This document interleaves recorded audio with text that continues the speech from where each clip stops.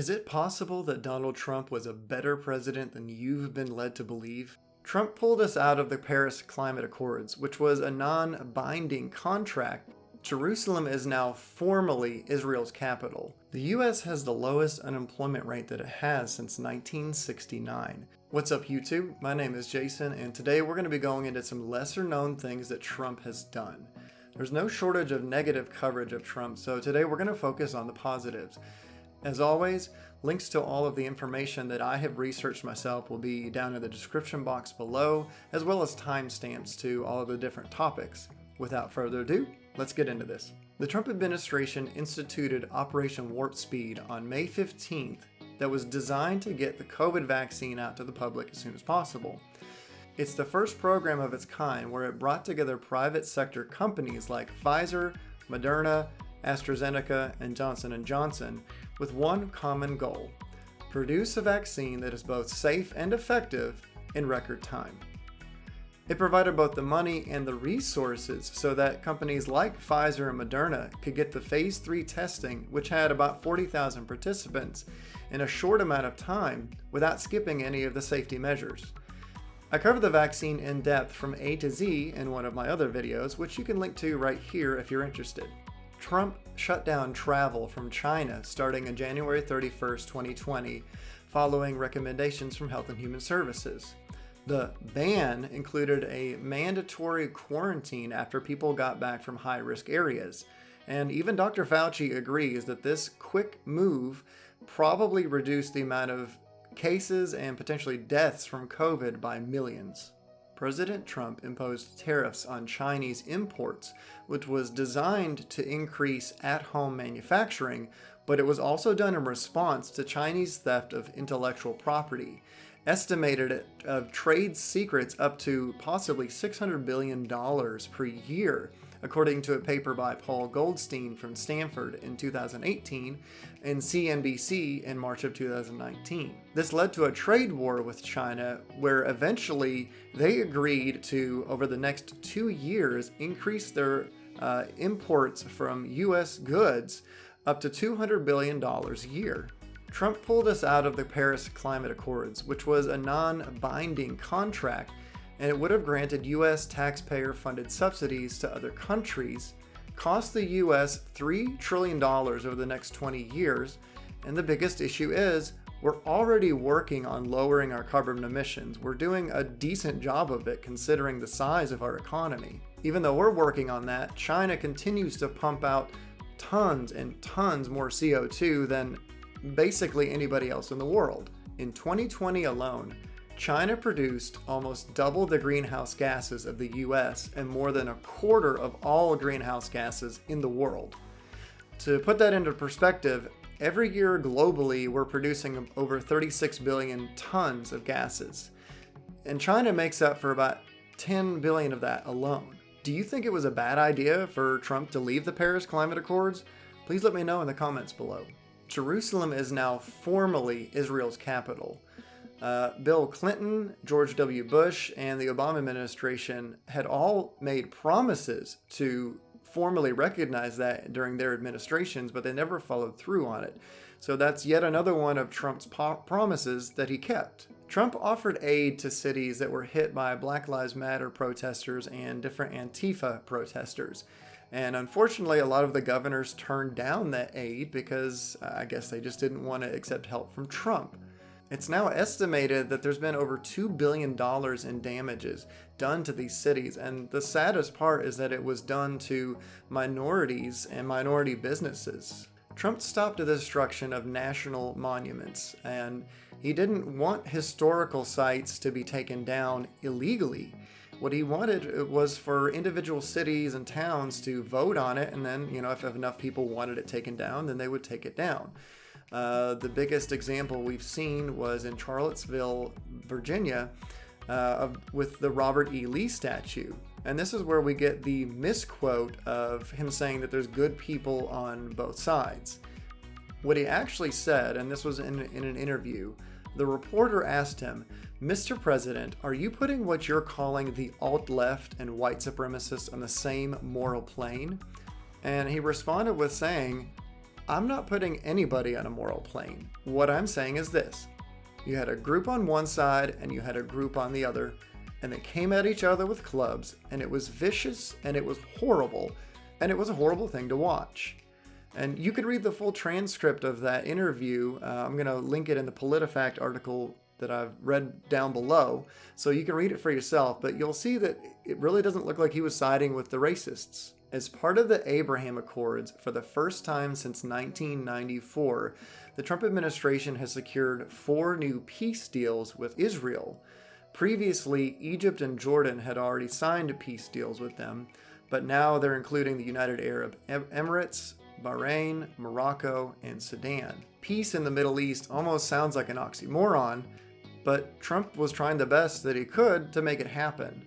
So it seems like he was doing an okay job. In 2018, the Trump administration passed the Mission Act for Veterans' Choice of Provider, which was a bit of a further development from John McCain's Choice Law.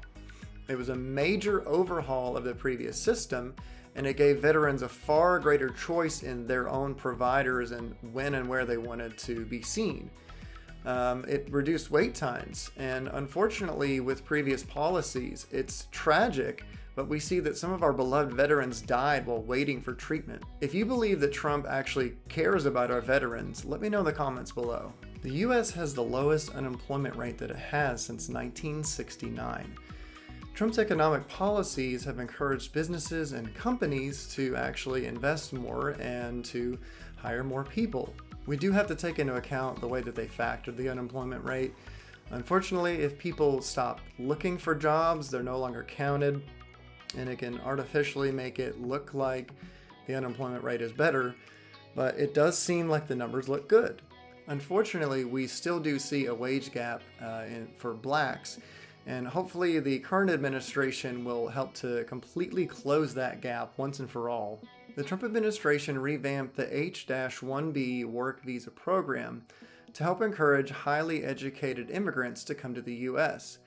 And he mandated that these companies pay them a comparable wage to U.S. citizens, which before that they had been paying them way lower.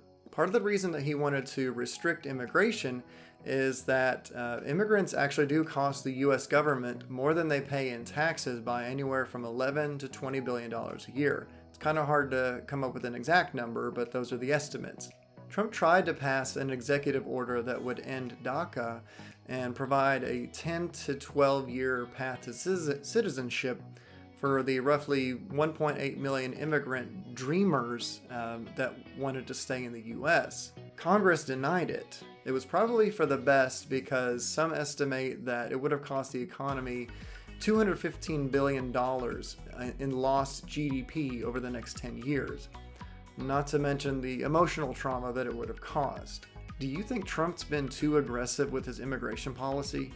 In 2020, Trump actually gained more of the Black and Latino voters, which kind of begs the question, if he's so racist and so xenophobic, why did more people vote for him? The Trump administration focused on crime reform by passing the First Step Act, which led to thousands released from prisons and their sentences reduced. By making provisions for incarcerated pregnant women, it, quote, bans the use of restraints on women during pregnancy, labor and postpartum recovery in federal prisons, and it requires the Federal Bureau of Prisons to keep data on the number of and outcomes of pregnancies. And I link that Politico article below. It allocated $1.8 billion for the treatment of and data collecting for drug abuse, and it includes a Ready to Work initiative that helps previously incarcerated people get back to work and back into the work field. For the first time in 67 years, the U.S. is energy independent.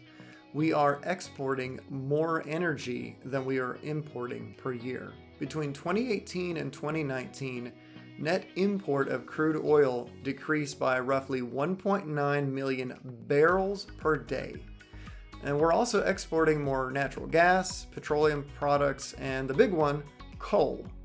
But that may change. Trump formulated negotiations with Kim Jong-un, which is the first time that a US president has talked to a North Korean leader. He got US hostages released, and he got Kim to scale back on his nuclear program by ultimately imposing the toughest economic sanctions that North Korea has ever seen. The Trump administration also launched missiles at targets near the East Sea at the same time that North Korea was test firing their own missiles. And he also moved a flight path of bomber aircraft within striking distance of North Korea.